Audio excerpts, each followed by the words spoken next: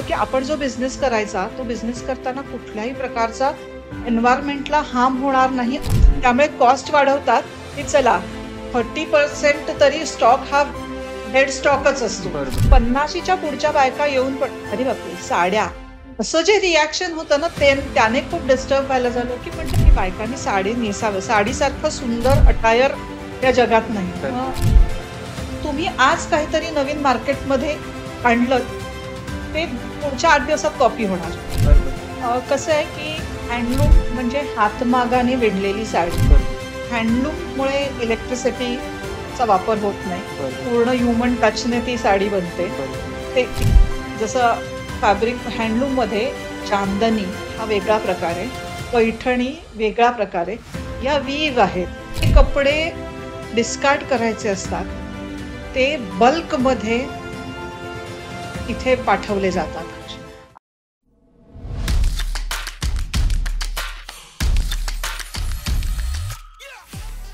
हाय, hello, नमस्कार. गप्पा टप्पाच्या नवीन भागात मी निलेश परब तुमचं सगळ्यांचं मनापासून स्वागत करतो. आज आपल्यासोबत आहेत श्यामल मॅडम. त्या श्यामा या ब्रँडच्या फाउंडर आहेत. तर आज आपण त्यांच्याकडून त्यांच्या या ब्रँडबद्दल बरीच माहिती जाणून घेणार आहोत. नमस्कार मॅडम. नमस्कार. तुमच्या या पॉडकास्टमध्ये खूप खूप स्वागत. धन्यवाद. तर कॉर्पोरेट जॉबकडून तुम्ही तुमच्या या बिझनेसकडे कसा वळलात?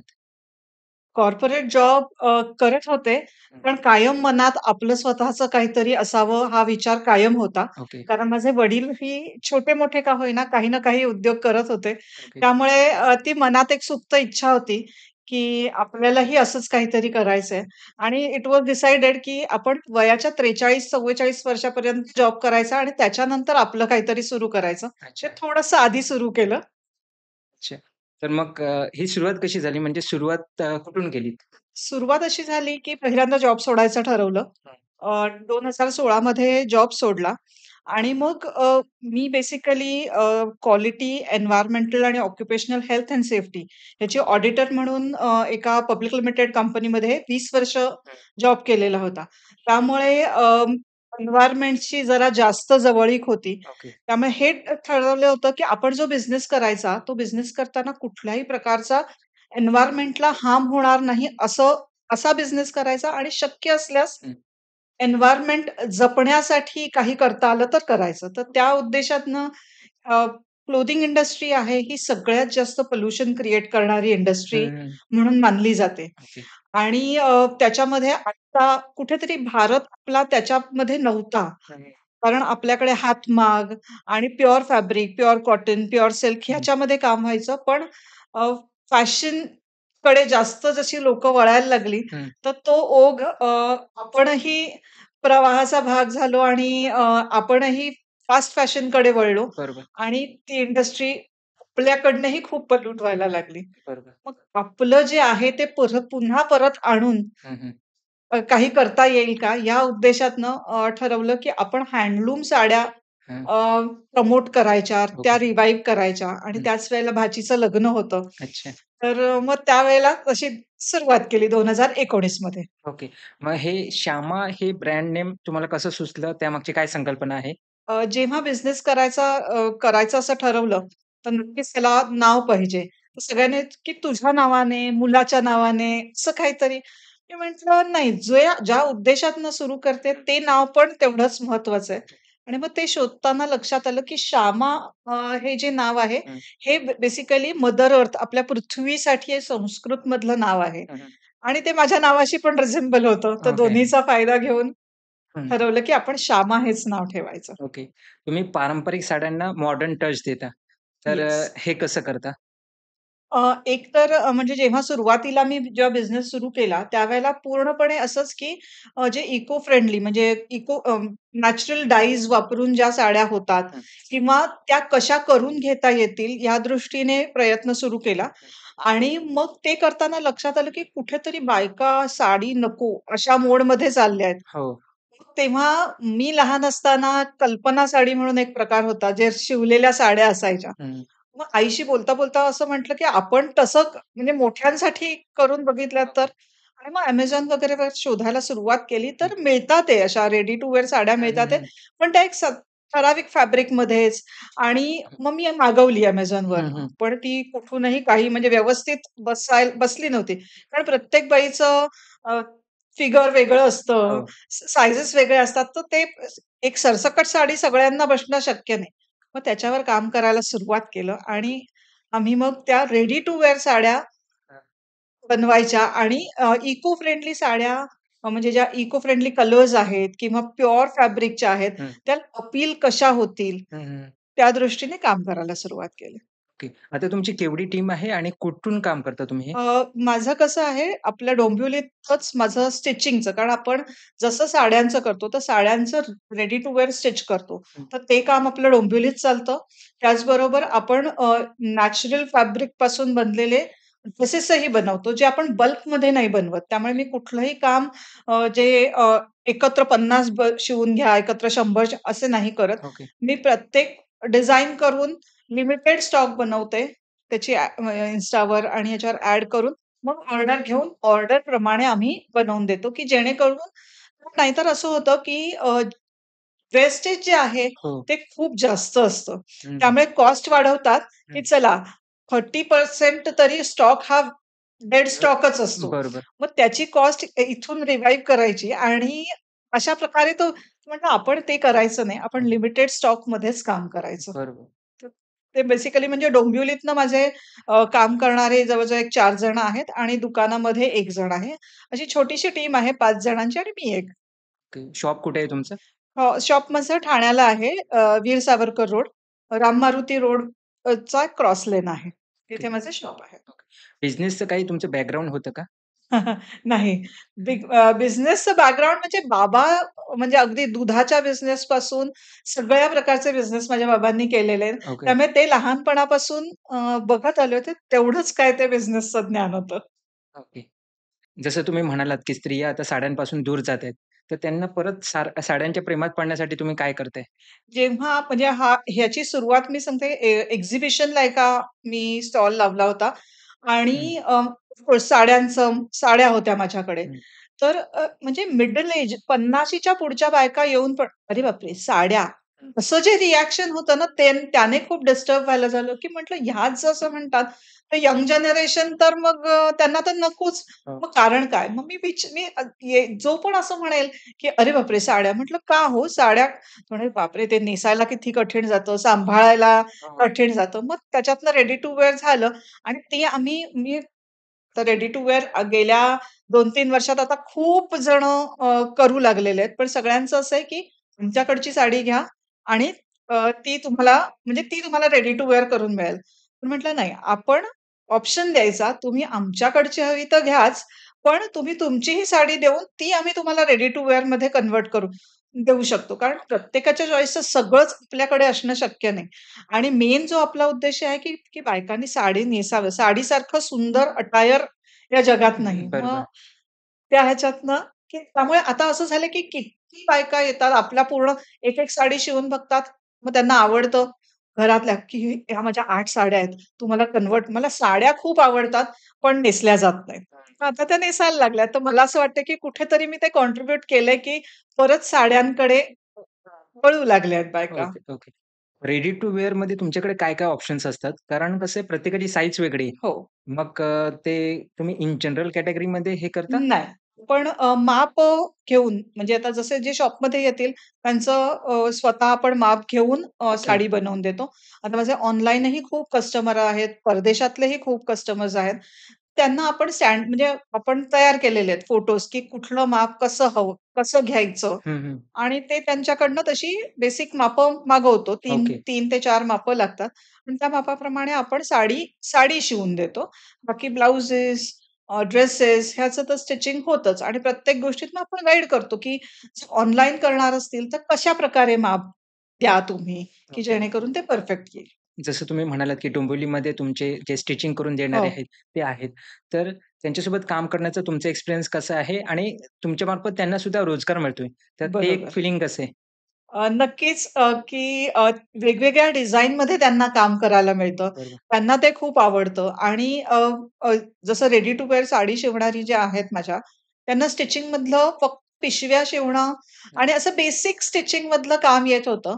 तर त्यांना ए टू झेड पासून सगळं, की बाबा हे कसं शिवायचं म्हणजे लिटरली जेव्हा आम्ही रेडी टू वेअर साड्यांचं सुरू केलं, जवळ-जवळ 15 ते 16 साड्या अशाच आम्ही अगदी बारीक म्हणजे अगदी कमी मापाचं, अगदी जास्त मापाचं, अशा वेगवेगळ्या ट्रायल एंड एरर करून हं. शिवल्यामुळे त्या त्याच्यातनं शिकल्या.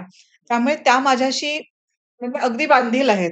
त्या म्हणजे त्यांना खूप जण विचारतात, की "आमच्यासाठी काम कराल का?" अच्छा. ते म्हणाले, "हे काम आम्हाला येत नव्हतं ते आम्ही शिकलेलो आहे." हं, हं. आणि प्रत्येक वेळेला आम्ही असं नवीन-नवीन एक्सपेरिमेंट्स खूप करत असतो. त्या रेडी टू वेअर साड्यांमध्ये पण आम्ही इन्व्हिजिबल पॉकेट, हं, फ्लॉन्ट करणारं पॉकेट, त्याच्यानंतर रॅपर वेगवेगळ्या टाइपमध्ये बनवतो. त्यामुळे ते हं. त्यांनाही शिकायला मिळतं. त्याचबरोबर जे वीवर्स आहेत, ज्यांच्याशी आम्ही संलग्न आहोत, की ज्यांच्याकडनं आम्ही साड्या, तर त्यांना सुद्धा की पर्टिक्युलर ही शेड हवी आहे. हं. तर ते म्हणाले, "नाही मॅडम, ही चांगली नाही दिसणार." अच्छा, म्हटलं, "चांगली नाही दिसली तर मी वापरीन, पण अच्छा. करून तर बघा." बरं. मग तो केल्यानंतर कलर खूप छान दिसतो. म्हणजे म्हणते, "हां, हा कलर छान दिसतोय." हं. अशा प्रकारे त्यांच्याशीही वेगवेगळ्या व्हीव्स समजून घेता येतात. बरं. मग त्याच्यात आपण एक्सपेरिमेंट म्हणजे ऑफ कोर्स मला तसे व्ह्यूअर्स मिळालेत, की जे मी त्यांना सांगितल्यानंतर ते एक्सेप्ट करतात. नाहीतर कसं असतं या ह्याच्यामध्ये, की तुम्ही लॉटमध्ये घ्या. एका टाइपच्या कलरचं हवंय तर तुम्हाला 6 साड्या घ्याव्याच लागतील. हं, हं. पण लकीली माझ्याबरोबर जे व्ह्यूअर्स अटॅच आहेत, त्यांनाही आवडतं, की नवीन-नवीन काहीतरी करायला मिळतं. अच्छा. तर असं छान आता काम चालू आहे. अच्छा. गेली 5-6 वर्ष झाली तुम्ही हा हो, व्यवसाय करताय. हो. काय एक्सपिरियन्स आहे? काय लर्निंग्स आहेत? एक्सपिरियन्स तर छान पण आहेत, वाईट पण आहेत. पूर्वी असं होतं, की फास्ट फॅशन म्हणजे फक्त वेस्टर्न आउटफिट्स हे फास्ट फॅशनमध्ये पूर्वी म्हणजे फार जुनी गोष्ट मी सांगतेय. पण आता असं झालंय, की इव्हन साड्या, जे आपला पारंपरिक अटायर आहे, ते पण फास्ट फॅशनकडे वळत चाललंय. म्हणजे फास्ट फॅशनकडे म्हणजे, की त्याच्यातही पॉलिएस्टर, नायलॉन, त्याच्यानंतर जरीच्या नावाखाली प्लास्टिकची जर, हं, हे सगळं वापरलं जातं आणि ज्याने कॉस्ट त्याची कमी होते. हँडलूमच्या ऐवजी पॉवरलूमवर केलं जातं. हं, त्याने कॉस्ट कमी होते हं. आणि त्यामुळे ते इझिली मार्केटमध्ये कमी भावात अवेलेबल असतात. तुम्ही आज काहीतरी नवीन मार्केटमध्ये आणलत, ते पुढच्या 8 दिवसात कॉपी होणार बरोबर. आणि कॉपी होऊन लोकांना कमी भावात मिळणार. हं. मग ते खूप मोठं चॅलेंज असतं, की आणि लोकांना एकतर सगळे अवेअर नसतात, की काय ऑथेंटिक आहे आणि काय हे म्हणजे कॉपी झालेलं हो, आहे. हो. त्यामुळे लोकं शेवटी खिशाला काय परवडतं त्याच्याकडे वळतात. बरोबर. एन्व्हायर्नमेंट आणि ह्या गोष्टी डोक्यातही लक्षातही येत नाही, की हे मी घेतल्यामुळे हे मी एकदा दोनदा वापरीन आणि बायका असं सांगतात, "साडी ना कुठे एकदाच तर नेसायची आहे. एकदा नेसलेली साडी थोडी परत नेसेन." हा जो ट्रेंड वाढतोय ना, की आपल्या बायकांमध्ये पण, तो थोडा स्केरी म्हणजे थोडी भीती वाटते या हं, गोष्टीची, हं, की हं. नाही आपण तर म्हणजे सस्टेनेबल हा जो शब्द आहे, माझ्या ब्रँडचं जे मी म्हणजे की आम्ही सस्टेनेबल फॅशन ब्रँड आहे. तर सस्टेनेबल हा फेमस झालेला आत्ता वर्ड आहे. पण आपण इंडियन्स तर वर्षोनवर्ष काय पिढ्यानपिढ्या सस्टेनेबल होतो. आम्ही सुद्धा लहान असताना मी वापरलेला मी माझ्या बहिणीचे ड्रेस वापरले. माझा ड्रेस माझ्या बहिणीने वापरला. बरोबर. त्याच्यात काही गैर नाही गैर वाटायचं, नाही. की हां, मला आवडला मी पण आता मीच वापरलेला मी पुन्हा एखाद्या फंक्शनमध्ये नाही वापरायचा. बरोबर. तर हे कुठेतरी ओके. थांबायला पाहिजे. वापरलेली वस्तू पुन्हा वापरा ना. आपण वापरलेली दुसरीला वापरू द्या, काय हरकत आहे? बरोबर. आणि हँडलूममध्ये आणि पॉवरलूममध्ये काय फरक असतो? आणि काय जास्त चांगलं आहे? कसं आहे, की हँडलूम म्हणजे हातमागाने विणलेली साडी. बरोबर. त्याच्यामध्ये कुठल्याही मशीन म्हणजे मॅन मेड जसं ते लूम हाताने बनवलेली लाकडाचा लूम असते बरोबर. आणि ज्याच्यावर हाताने अ, पहिलं तर दोरे सेट केले जातात. म्हणजे जे थ्रेड्स असतात ते तुम्हाला जे जे आता जसं इकत आहे. इकत हा जो साडीचा प्रकार आहे, तो विणताना ते धागे आधी डाय होतात वेगवेगळ्या रंगात. म्हणजे त्याच्यात इतक्या मोठ्या प्रमाणात फिजिक्स इन्व्हॉल्व आहे ना, हे असं कोणाला सांगितलं तर म्हणजे विश्वास नाही बसणार. पण खरंच त्याच्यात इतकं फिजिक्स इन्व्हॉल्व आहे, कारण ते तशा प्रकारे अरेंज करतात आणि मग बसलेला वीवर, की आता हा रंग हवाय. तुम्ही बघितलं असेल तर त्या साड्यांवर म्हणजे आता प्रिंटमध्ये येतात, पण जे विणलेल्या साड्यांवर हाताने हत्ती आणि ह्या गोष्टी. तर ते इमॅजिन करा ते वीव्ह करताना, की आता हा रंग यायला पाहिजे. हे इतकं विचारपूर्वक करायची गोष्ट आहे. तर ती हँडलूमची मजा आहे. आणि दुसरी गोष्ट म्हणजे हँडलूम विणताना धागे घट्ट विणले जात नाही. ते हलक्या शेवटी हाताने काम करतो ना, तर ते हलक्या हाताने विणले जातात. त्यामुळे त्या फॅब्रिकची ब्रिदेबिलिटी राहते. म्हणजे आता जशी ही कॉटनची साडी आहे, हं. तर ती हँडलूमची असेल, तर ती सुटसुटीत असते. बरोबर. त्याच्यातनं ती ब्रिदेबिलिटी त्याची राहते आणि बरोबर. ती स्किनसाठी आपल्याला एक कम्फर्ट देते. हं. आणि पॉवर लूमची असते ती मशीनवर सगळं काम होतं आणि प्युअर फॅब्रिक त्याच्यात 100% प्युअर फॅब्रिक वापरता येत नाही. म्हणजे आता कॉटनची साडी जर हँडलूमवर केली, तर ती 100% प्युअर थ्रेड्समध्ये होईल. पॉवर लूममध्ये करताना त्याच्यामध्ये त्यांना कंपल्सरी आर्टिफिशियल म्हणजे सिंथेटिक थ्रेड मिक्स करावाच लागतो. तो शिवाय पॉवर लूम कारण ते सरसकट एका स्पीडवर ते मशीन चालतं. हं. मग त्याच्यात जितका प्युअर फॅब्रिक असेल ते थ्रेड तुटायची भीती असते आणि हं. म्हणून ते एका स्पीडने काम करतं. ज्या साड्या हँडलूमवर 3-3, 4-4 दिवस लागतात, कमीत कमी हां. हं. त्या तिथे एका दिवसात 3 ते 4 साड्या होतात. हं, हं. हा मोठा फरक आहे. तुमच्या जवळ ज्या साड्या आहेत, ते सगळे 100% हँडलूम आहेत? हो. मी ओके. पॉवर लूमच्या ठेवतच नाहीत. ओके. तोच म्हणजे 20 वर्ष नोकरी केली आहे. त्यामुळे फक्त पैसा कमवायचा हा मोटिव्ह नाहीये. हं, हं, हं. पैसा तर कमवायचा आहेच. बरोबर. कारण जर माझं दुकान आहे, माझे कारागीर आहेत, तर त्यांना मला त्यांचं काम चालू ठेवलं पाहिजे. तर म्हणजे साड्या ठेवताना मी 100% प्युअर फॅब्रिकच्याच ठेवते. हं, मग त्याच्यामध्ये डिझाइन कमी असेल, तर त्याची हं. मग कॉस्ट त्या हिशोबाने कॉस्ट कशी कमी होईल त्याचा प्रयत्न आम्ही करतो, ना की क्वालिटीवर कॉम्प्रोमाईज करून. हो. तुम्ही स्टार्टिंगला सांगितलत, की तुम्हाला एन्व्हायर्नमेंटला हानी नाही झाली पाहिजे. ओके. तर हँडलूममुळे काय फायदा होतो? म्हणजे मशीनचा यूज कमी होतो. हां. अ, अ, हँडलूममुळे इलेक्ट्रिसिटीचा वापर होत नाही. बरोबर, पूर्ण ह्युमन टचने ती साडी बनते. बरोबर. ते तिथे तुमचं हे वाचतं हो. आणि जितकं प्युअर फॅब्रिक आणि नॅचरल कलर डाय जसं आपण म्हटलं, की डायिंगची ही जी प्रोसेस आहे ना, केमिकल डाईजवाली म्हणजे आपण फक्त डोळ्यांनी बघतो, की रंग छान दिसतो.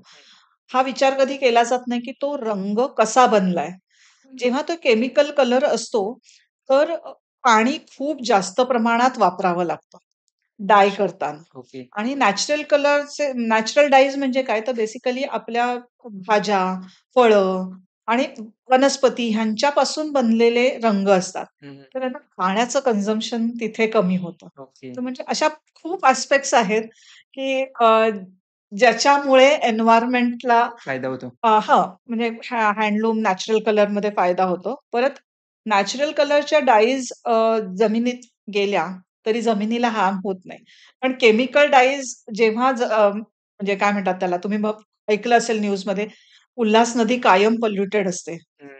तर ते जे सगळं सोडणार कुठे ना ते पाणी, हे असं नद्यांमध्ये सोडलं जातं आणि मग अच्छा. ते नद्या पोल्यूट होतात, त्याने जमीन पोल्यूट होते. हं. बऱ्याच गोष्टी बरोबर. आपल्या नकळत काम करतो आपण. बरोबर.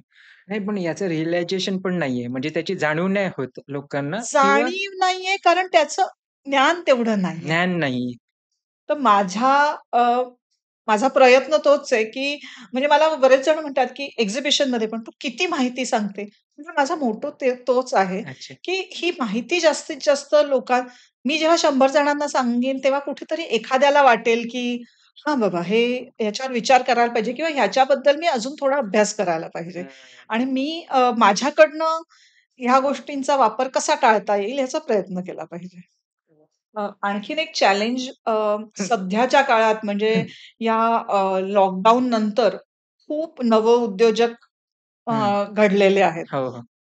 तर माहिती नसते फॅब्रिकची. हं. फक्त फॅब्रिकच्या बिझनेसमध्ये किंवा क्लोथिंगच्या बिझनेसमध्ये अर्निंग चांगलं आहे. या उद्देशाने बिझनेसमध्ये उतरतात. हँडलूम विकणारा त्याला विकायचंय म्हणून तो तुम्हाला देताना सांगतो, हँडलूम आहे. पण माझं म्हणणं आहे, की बिझनेस करताना कुठलाही बिझनेस असू दे, तुम्हाला त्याचं थरो नॉलेज असणं खूप आवश्यक आहे. बरोबर. जेव्हा तुम्ही समोरच्याला सांगता कारण आज जो बनवणारा आहे, तो ग्राहकांसमोर नसतो. ग्राहकांसमोर तुम्ही असता. तेव्हा ग्राहक तुम्ही जे विकता, तुम्ही जे सांगता त्याच्यावर पूर्ण विश्वास ठेवतात आणि आज जे मार्केटची जी सिच्युएशन आहे, की कोणालाच काही फॅब्रिकबद्दल नीट माहिती नाहीये. त्याला कुठेतरी अशी जनता कारणीभूत आहे, की ज्यांना स्वतःला माहिती नाहीये. मग ते चुकीची इन्फॉर्मेशन पास ऑन करतात आणि मग ती तशीच पुढे जसं फॅब्रिक हँडलूममध्ये जामदानी हा वेगळा प्रकार आहे. पैठणी वेगळा प्रकार आहे. या वीव आहेत. हेही नाही. पैठणी साडी आहे. पण पैठणी विणण्याची जी कला आहे, त्याच्यात जे सिल्क वापरतात. कॉटनमध्ये पैठणी असते, सिल्कमध्ये पैठणी असते. तर ते म्हणजे हे कोणी ह्याचा विचार करत नाही. मग ती ओळखायची कशी हँडलूम आहे की पॉवरलूम आहे? कशी की ओळखायची?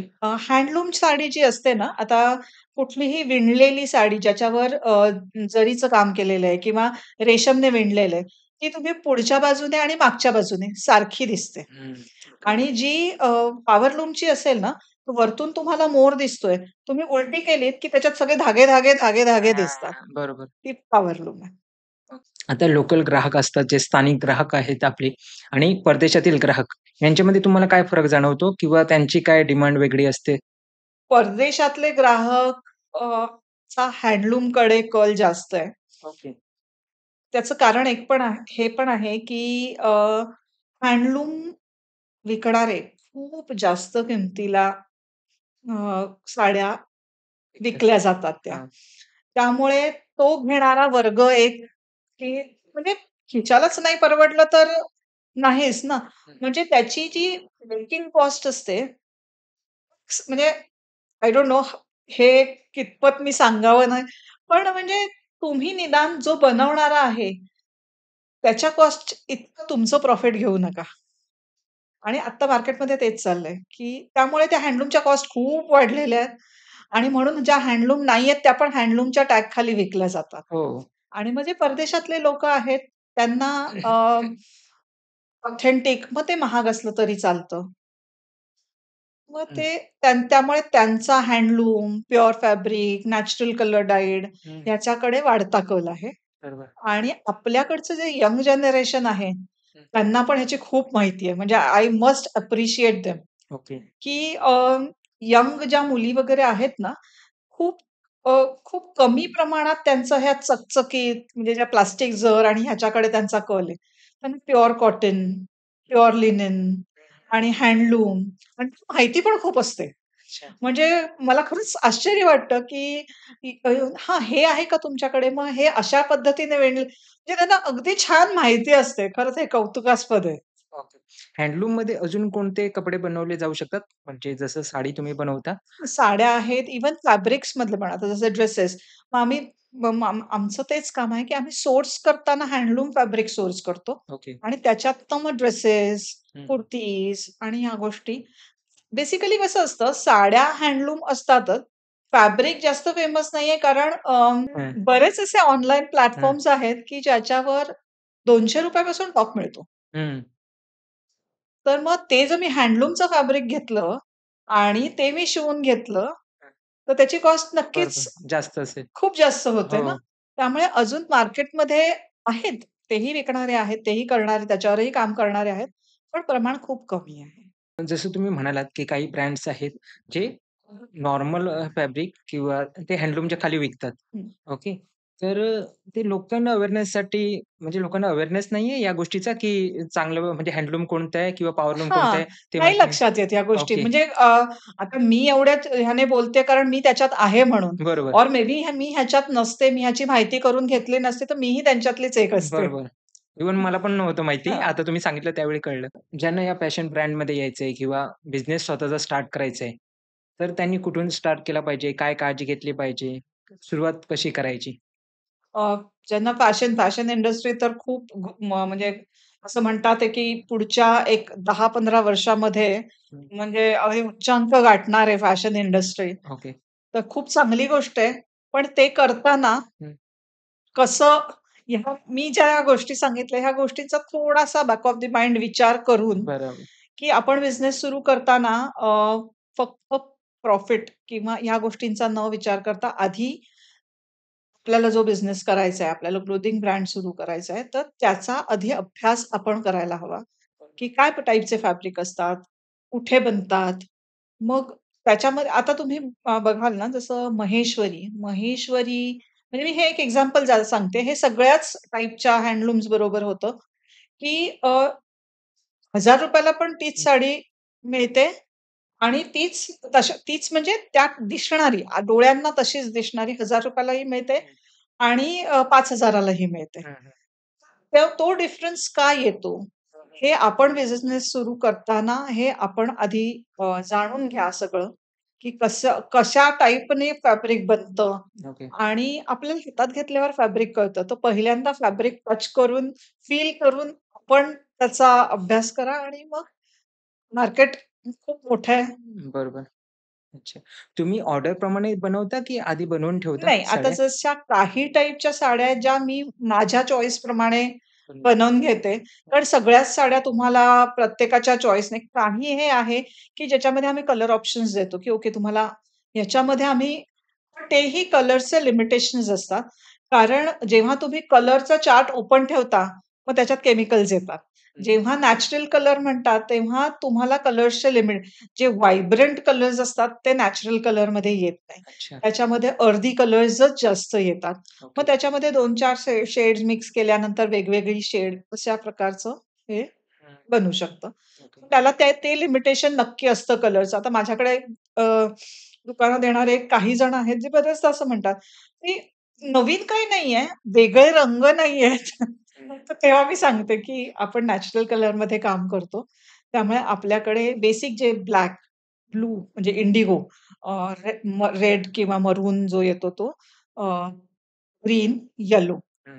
ह्या कलरमध्येच आपलं काम जास्त असतं. ओके. काय स्किनला प्रॉब्लेम होतो? म्हणजे आता तुम्ही बघाल तर स्किन इरिटेशन आणि हे जे प्रॉब्लेम्स खूप जणांमध्ये दिसतात.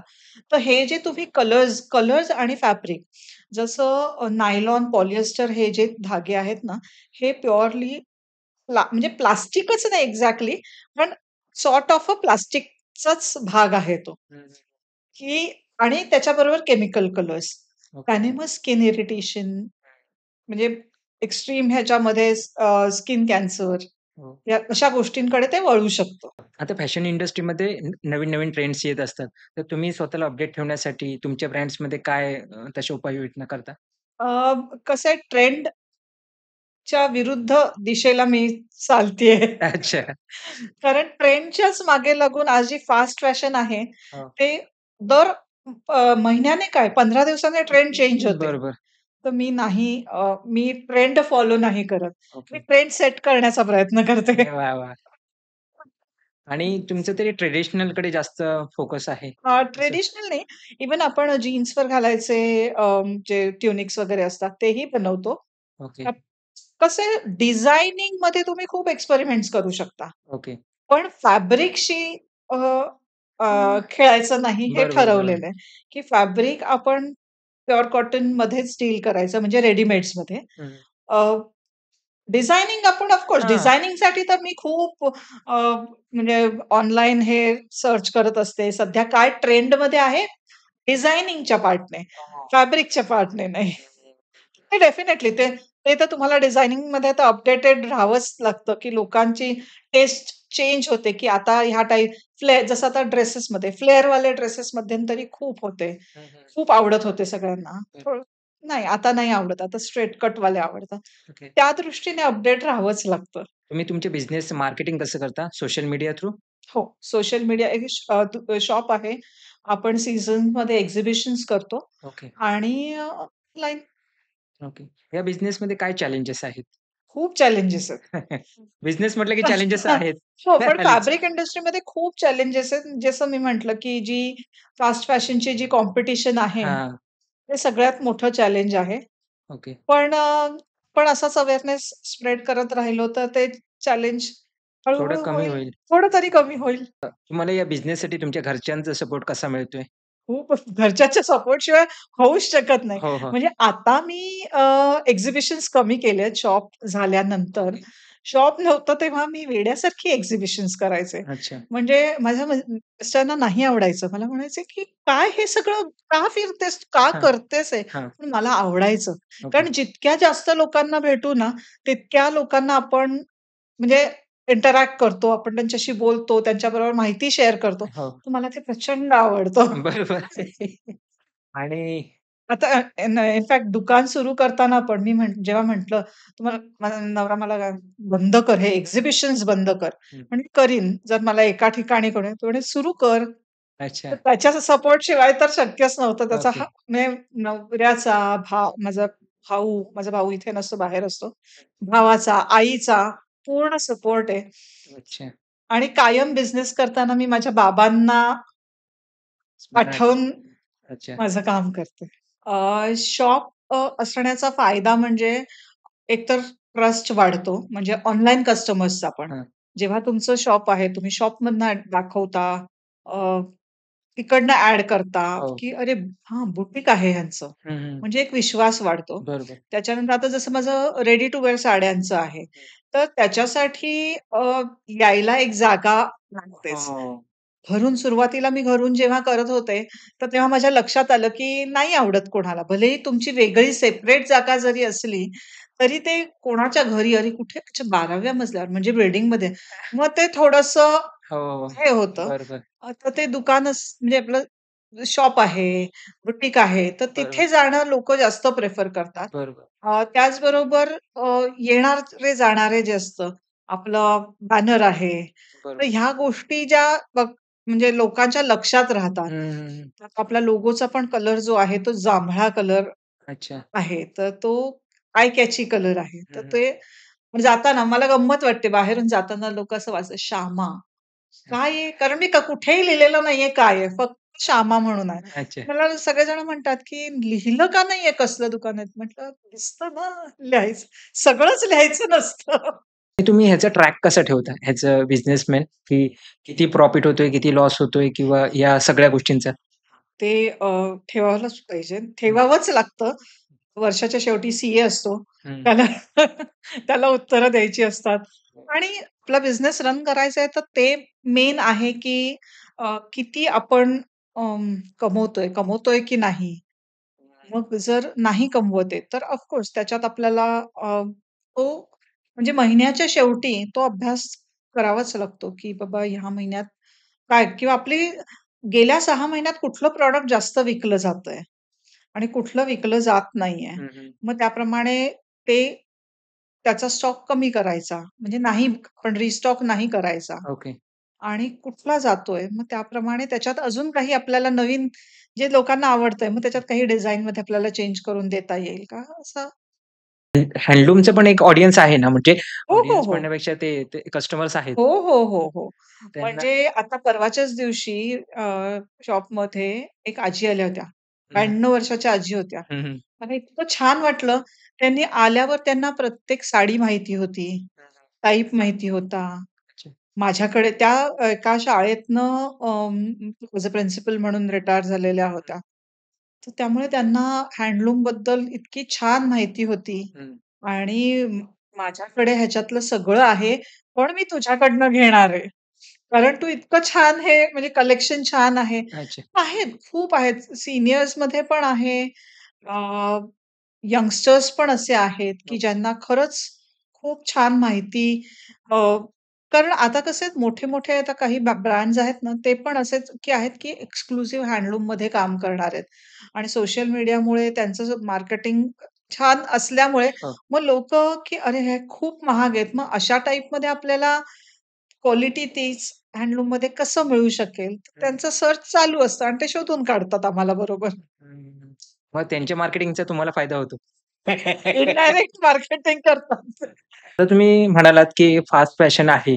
तर साडीसुद्धा आता फास्ट फॅशनमध्ये गणली जाते. तर त्याबद्दल काय सांगाल? येस. फास्ट फॅशनचं असं आहे, की जसे पूर्वी आपण उन्हाळ्यात सुती कपडे, हं, हिवाळ्यामध्ये वूलन कपडे किंवा थोडेसे जाड कपडे, की ज्याने आपल्याला ऊब मिळेल. अशा ह्याच्यात म्हणजे सीझन प्रमाणे फक्त कपडे घालायचो. पण नंतर-नंतर असं व्हायला लागलं, की मला ह्या फंक्शनला हे म्हणजे दिवाळीला पाहिजे, गणपतीला पाहिजे, दसऱ्याला पाहिजे, प्रत्येक ह्याला वेगवेगळं पाहिजे. बरोबर. ते करता मग त्याच्यात वाढदिवस आले, मग अॅनिव्हर्सरी आली. अशा गोष्टी ॲड होत गेल्या. कारण जसा खिशात पैसा जास्त यायला लागला, तशा आपल्या गरजा वाढायला लागल्या वाढायला आणि मग आपणच डिमांड करतो ना, की मला अजून काहीतरी वेगळं पाहिजे. मग फॅशन इंडस्ट्री त्याच्यात इव्हॉल्व होऊन त्यांनी की ओके घ्या. आता तर अशी परिस्थिती आहे की दर 15 दिवसांनी काहीतरी नवीन मार्केटमध्ये येतं. त्याचे इन्फ्लुएन्सर्स किंवा ॲडव्हर्टायझिंग ह्याच्यात तर एवढं लोकांसमोर ते येतं, की अरे, मला हे घ्यायचंच आहे. असं ते मनात येतं आणि मग अशा प्रकारे त्याचं प्रोडक्शन वाढत जातं. बरोबर.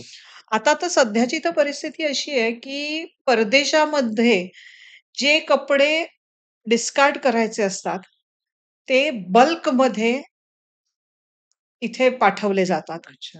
आणि ते मग ₹100 ला टी-शर्ट, हं. ₹100 ला जीन्स, जीन्स. हां. म्हणजे काहीही. मग ते घेताना फक्त काय, अरे थोड्या दिवस चाललं तरी ठीक आहे रे. हं. फोटो Instagramवर टाकायला नवीन फोटो नवीन ड्रेसमध्ये हो, पाहिजे. हो, हो. ते आपण त्याच्याकडे वळत चाललेलो आहे. बरोबर. म्हणजे जसे शिवलेले कपडे येतात, तसं फॅब्रिक पण येतं. हं, हं. तिथे आता हे आउट ऑफ ट्रेंड झाली आहे ही प्रिंट. हं, मग तसे फॅब्रिक इथे ₹30 आणि ₹40 मीटर, हं, हं. म्हणजे हे पण मी खूप जास्त सांगते, ह्याच्यापेक्षाही स्वस्तात मिळतं. तर तेव्हाच ते ₹200 ला तुम्हाला टॉप मिळतो. ओके.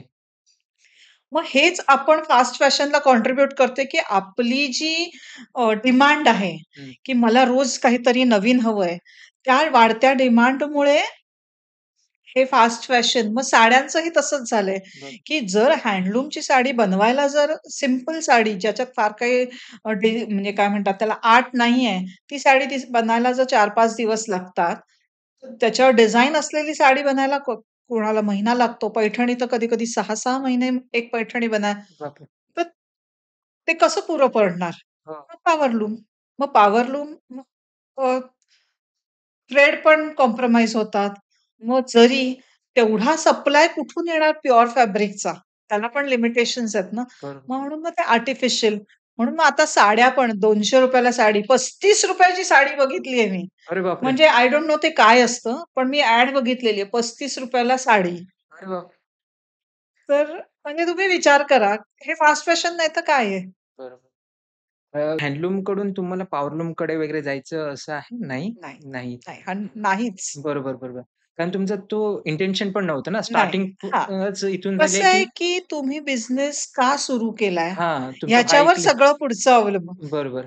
म्हणजे मी कुणाला दोषी मानतच नाही. शेवटी तुमची गरज हे तुम्हाला काही गोष्टी करायला भाग पाडतं. बरोबर.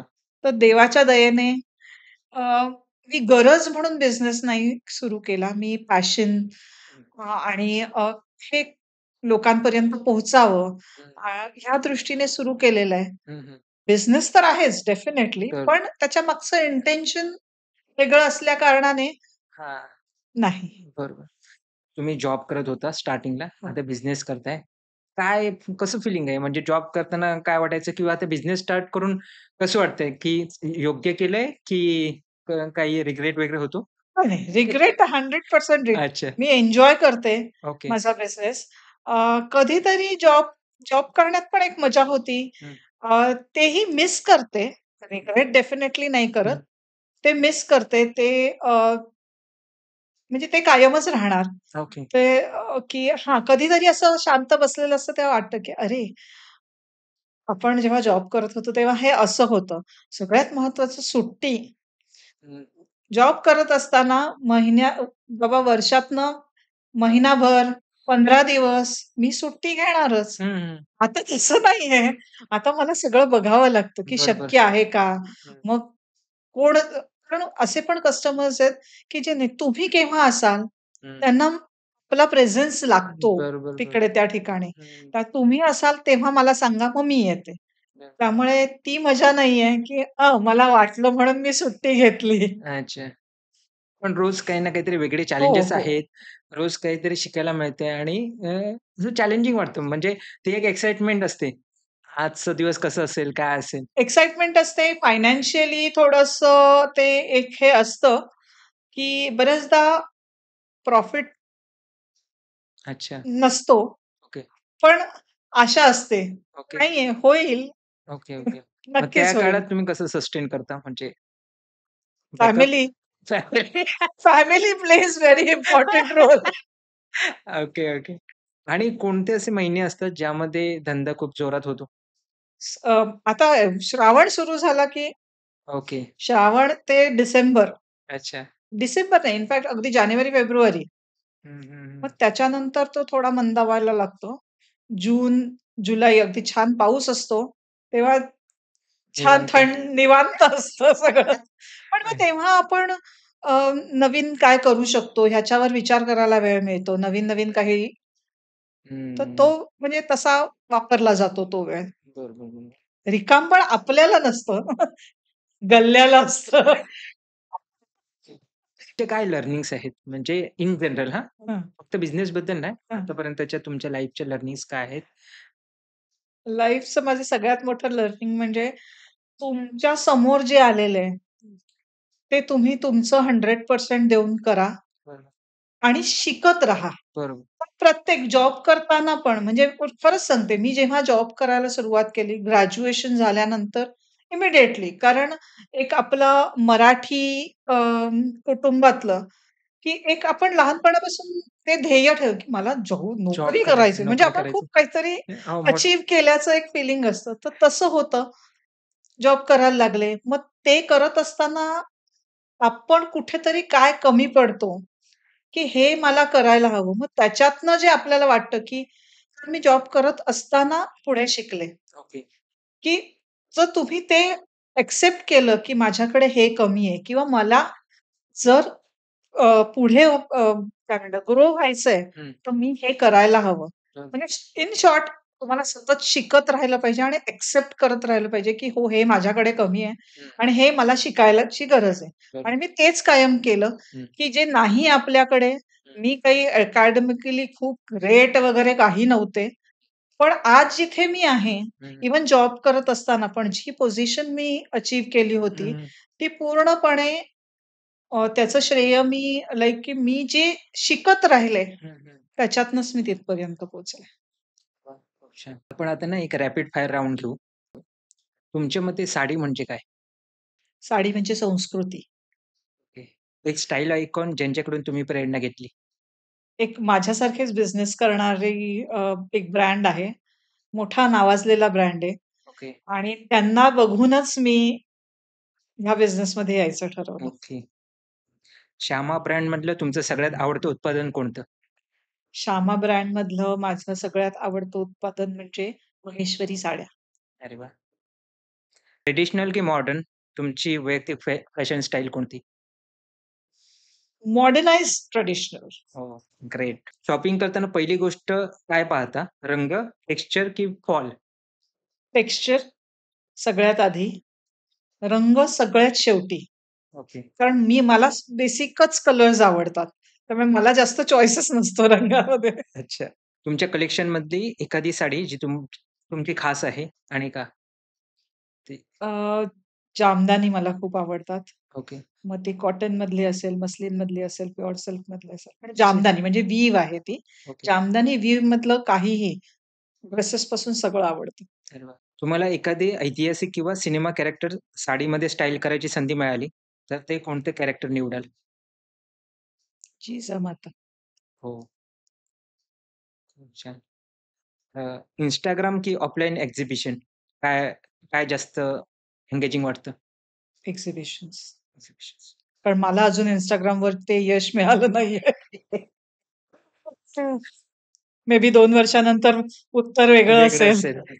फॅशन क्षेत्रात येणाऱ्या नवीन पिढीसाठी एक मोटिव्हेशनल संदेश. म्हणजे उद्योगामध्ये ना? हो. नक्कीच हा उद्योग म्हणजे खूप यश देणारा आहे. पण एक गोल ठेवून, एक ध्येय ठेवून, एक सामाजिक बांधिलकी त्याचबरोबर आपल्या पर्यावरणाशी बांधिलकी ओके. ठेवून या बिझनेसमध्ये उतरा. अ, धन्यवाद मॅडम. तुम्ही पॉडकास्टसाठी वेळ दिलात. खूप महत्त्वाची माहिती मिळाली तुमच्याकडून. अ, खरंच या बऱ्याच गोष्टी तुम्ही ज्या सांगितल्यात त्या माहिती नव्हत्या आणि हा अवेअरनेस लोकांमध्ये होणं खूप गरजेचं आहे. अगदी. जेणेकरून ते हँडलूमकडे वळतील. तर तुम्हाला हा पॉडकास्ट कसा वाटला कमेंट्स करून नक्की सांगा आणि तुम्हाला जर श्यामा ब्रँडच्या साड्या घ्यायच्या असतील, तर त्याची वेबसाईटची लिंक्स या व्हिडिओच्या डिस्क्रिप्शनमध्ये असेल. त्याचप्रमाणे तुम्ही ठाण्याला त्यांच्या शॉपमध्ये जाऊन तुम्ही घेऊ शकता. धन्यवाद.